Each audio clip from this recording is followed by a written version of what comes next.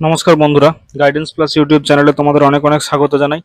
আজকে আমরা PSC miscellaneous men's পরীক্ষার জন্য আরেকটি ডেসক্রিপটিভ জিকে টপিক নিয়ে এসেছি। এই সমস্ত টপিকগুলো তোমরা পিএসসি মিসেলেনিয়াস মেন্স পরীক্ষার যে পেপার 3, যেখানে প্রায় 100 নাম্বারের যে ডেসক্রিপটিভ পোর্শনটি থাকে, সেই পোর্শনটিতে তোমরা অনেক হেল্প পাবে। আমরা এই চ্যানেল ইতিমধ্যেই এই ডেসক্রিপটিভ জিএস ছাড়াও পিএসসি মিসেলেনিয়াস মেন্সের উপযোগী আরও অনেক ক্লাস আপলোড করেছি। তোমাদের কাছে অনুরোধ রইল, যদি তোমরা সেই ভিডিওগুলো দেখে না থাকো, অবশ্যই সেই ভিডিওগুলো আমাদের প্লেলিস্টে গিয়ে দেখে নিতে পারো। তাহলে চলো আমরা আমাদের আজকের টপিক শুরু করি। দেখো, প্রথম প্রশ্ন যেটা দেওয়া আছে সেটা হলো, discuss India's strategic interest in the quad. ঠিক আছে, তোমরা জানো যে কোয়াড্রিল্যাটারাল সিকিউরিটি ডায়ালগ যেটা আছে India US China, India US Japan এবং অস্ট্রেলিয়ার মধ্যে, সেই কোয়াডের ইন্ডিয়ার যে স্ট্র্যাটেজিক ইন্টারেস্ট অর্থাৎ কৌশলগত যে স্বার্থ, সেটার ব্যাপারে আলোচনা করতে বলেছে। How does India navigate it's non aligned policy within the framework of the quad. ঠিক আছে, অর্থাৎ কোয়াডের ফ্রেমওয়ার্কে থেকেও ইন্ডিয়া কিভাবে তার নন অ্যালাইন্ড পলিসি ইমপ্লিমেন্ট করবে বা কিভাবে পররাষ্ট্রনীতি পরিচালনা করবে, সেটাই কিন্তু এখানে জানতে চাওয়া হয়েছে। ঠিক আছে, তাহলে দেখো আমরা সরাসরি কোনো রকম বেশি কিছু না বলে উত্তরে চলে যাই। দেখো, প্রথমে আমরা কোয়াডের যে পরিচিতি সেটা দেব। Quad is a group of 4 leading nations of the world, US, India, Japan and Australia, formed in 2007 and resurrected in 2017, অর্থাৎ 2007 সালে গঠন হয়েছিল এবং পুনর্গঠন হয়েছিল 2017 সালে। Quad is officially known as quadrilateral security dialogue. The idea of Quad or quadrilateral security dialogue was given by Japanese Prime Minister Shinzo Abe in 2007. It took shape as a security dialogue among 4 nations: Japan, Australia, India and the US. ঠিক আছে, এবার দেখো ইন্ডিয়ার কি strategic interest রয়েছে কোয়াডে।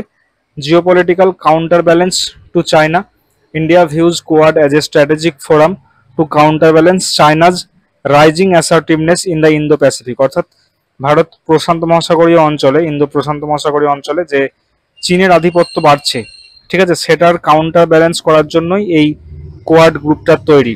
Post the 2020 Galwan clash and ongoing border tensions, Quad provides India a diplomatic platform to deter Chinese aggression both on land and at sea. ঠিক আছে, অর্থাৎ গালওয়ান ক্লাস এবং পরবর্তীকালে যে আরও অনেক বর্ডারে লড়াই হয়েছে, সেই সংক্রান্ত বিষয়গুলোতে যে অস্থিরতা তৈরি হয়েছে, সেখানে কোয়াড ভারতকে একটা প্ল্যাটফর্ম দিচ্ছে, ডিপ্লোম্যাটিক প্ল্যাটফর্ম, চীনের যে এই আগ্রাসন, সে আগ্রাসনকে রক্ষা প্রতিরোধ করার জন্য। ঠিক আছে, তাহলে geopolitical counter balance to China, এটা হচ্ছে ইন্ডিয়ার একটা স্ট্র্যাটেজিক ইন্টারেস্ট কোয়াডে থাকার জন্য।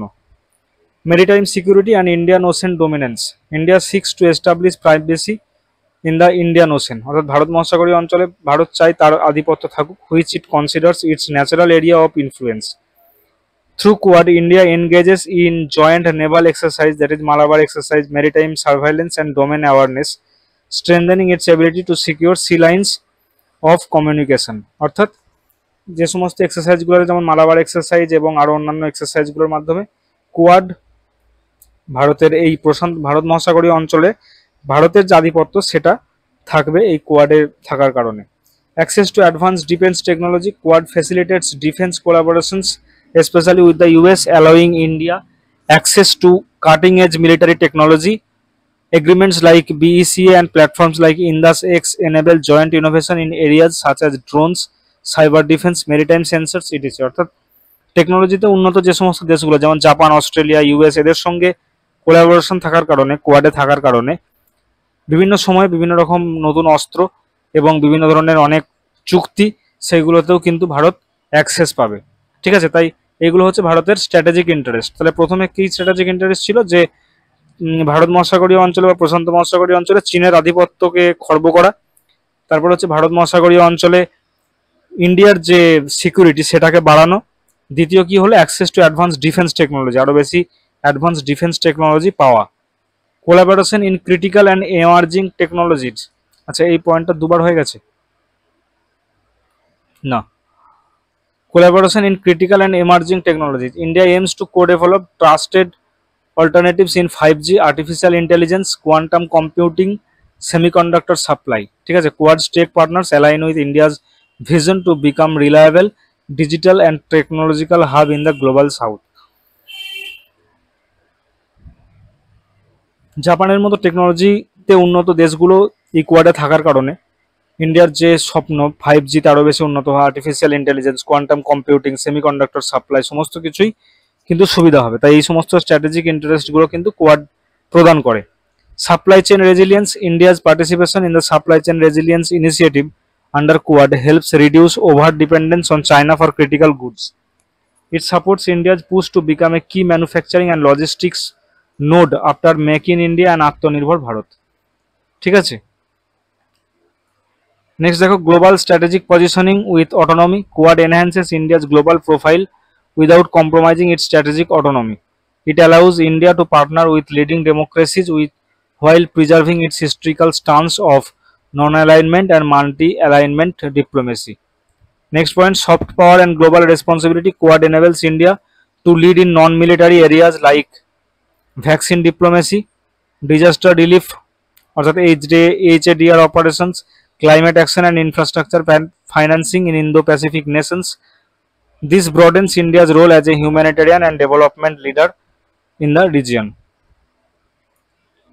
ঠিক আছে, এই স্ট্র্যাটেজিক ইন্টারেস্টের কারণে ভারত কোয়াডে আছে এবং on the basis of the 8-year journey of Quad, the three conclusions can be drawn. It is true that in its genesis and practice, Quad is primarily concerned with a rule-based order in the Indo-Pacific in view of China's rising aggressiveness in the region. Yet, its members do not agree on the point that it should be converted into an Asian NATO. ঠিক আছে, অর্থাৎ যে সমস্ত ভারত সহ কোয়াডের অন্যান্য দেশগুলো কিন্তু এটা মনে করছে না যে কোয়াড হচ্ছে ভারত এশিয়ার NATO. India is against in such military alliance. ঠিক আছে, নেভারদিলেস quad shall continue as a prominent strategic forum for discussion and cooperation on strategic issues among its members. Over the year, Quad has expanded its mandate to include such economic and technical issues like climate change, infrastructure, resilient global supply chains, health and critical and emerging technologies. ঠিক আছে, তাই এই সমস্ত জিনিসগুলো থাকলো আমাদের লেখার মধ্যে।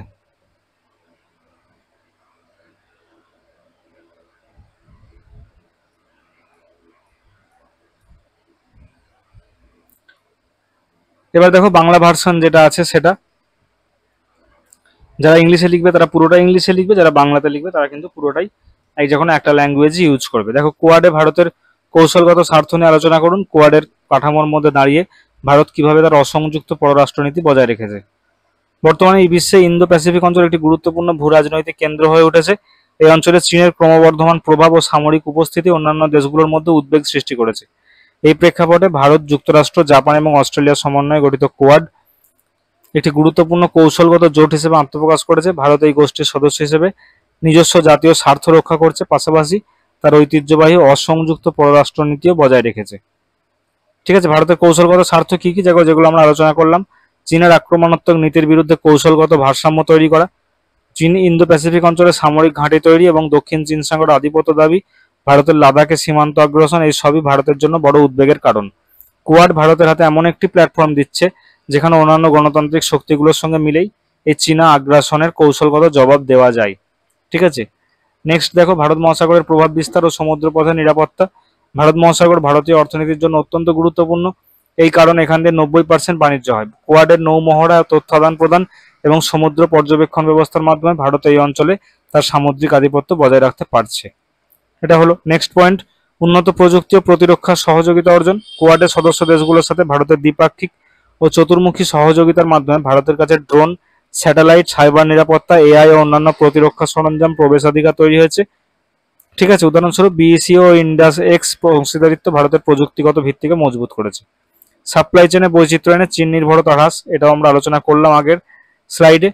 ইন্দো প্যাসিফিক অঞ্চলে কৌশলগত মানবিক নেতৃত্ব প্রতিষ্ঠা। কোয়াড ভারতের একটি আন্তর্জাতিক প্ল্যাটফর্ম যেখানে ভারত কেবল নিরাপত্তা নয় বরং জলবায়ু পরিবর্তন, অবকাঠামো উন্নয়ন এবং HADR অর্থাৎ হিউম্যানিটেরিয়ান অ্যাসিস্ট্যান্স অ্যান্ড ডিজাস্টার রিলিফের মতো বিষয়ে সক্রিয় ভূমিকা পালন করছে। ভারত যেভাবে সংযুক্ত পররাষ্ট্রনীতি বজায় রেখেছে, দেখো, ইস্যুভিত্তিক সহযোগিতা। ভারত কোয়াডকে কখনোই সামরিক জোট হিসেবে দেখায়নি, বরং ভারত সরকার সবসময় বলে এসেছে যেটি একটি নমনীয় স্বেচ্ছামূলক আলোচনা প্ল্যাটফর্ম। যে কোনো সদস্য দেশের বিরুদ্ধে সরাসরি অবস্থান না নিয়ে ভারত শুধুমাত্র অভিন্ন স্বার্থের জন্য কাজ করছে।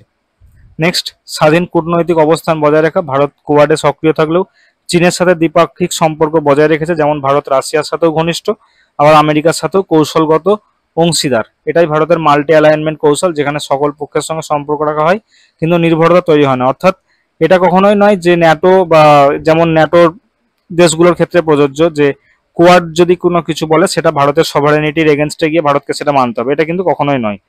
ঠিক আছে, অর্থাৎ কোয়াডের থাকার কারণটা কখনোই সেটা বাইন্ডিং নয় ইন্ডিয়ার উপরে, যেটা করতেই হবে কোয়াড যেটা বলবে।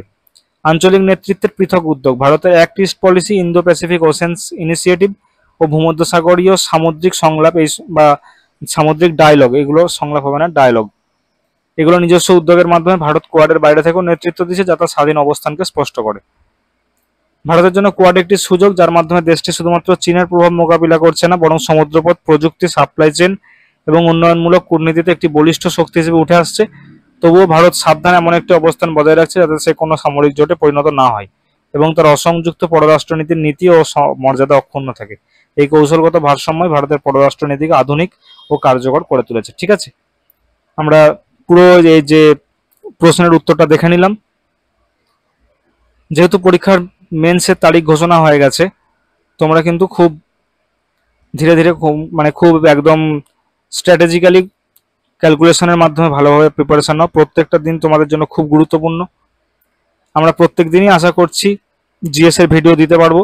তোমরা এই ভিডিওগুলো থেকেও তোমাদের প্রস্তুতির অনেকটা অংশ পূরণ করতে পারবে, এটা আশা করছি। তোমাদের আরও যদি কোনো কিছু প্রয়োজন হয় পড়াশোনা সংক্রান্ত, সেগুলো অবশ্যই আমাদের জানিও। আমরা যথাসাধ্য পারবো হেল্প করব। এবং এই ভিডিওগুলো দেখতে থাকো। যদি ভালো লাগে ভিডিওগুলো অবশ্যই লাইক করে দিও এবং বন্ধুদের মাঝে শেয়ার করে দিও। যদি এই ভিডিওগুলো স্টাডি ম্যাটেরিয়াল পেতে চাও, অবশ্যই এই হোয়াটসঅ্যাপে যে নাম্বার, সেই নাম্বারে অবশ্যই যোগদান করো এবং ডেসক্রিপশনে যে হোয়াটসঅ্যাপ লিঙ্ক দেওয়া আছে সেই লিঙ্কে যোগদান করে আমাদের হোয়াটসঅ্যাপ গ্রুপে তোমরা জয়েন হতে পারো। থ্যাংক ইউ, ভালো থেকো, দেখা হবে পরের ভিডিওতে।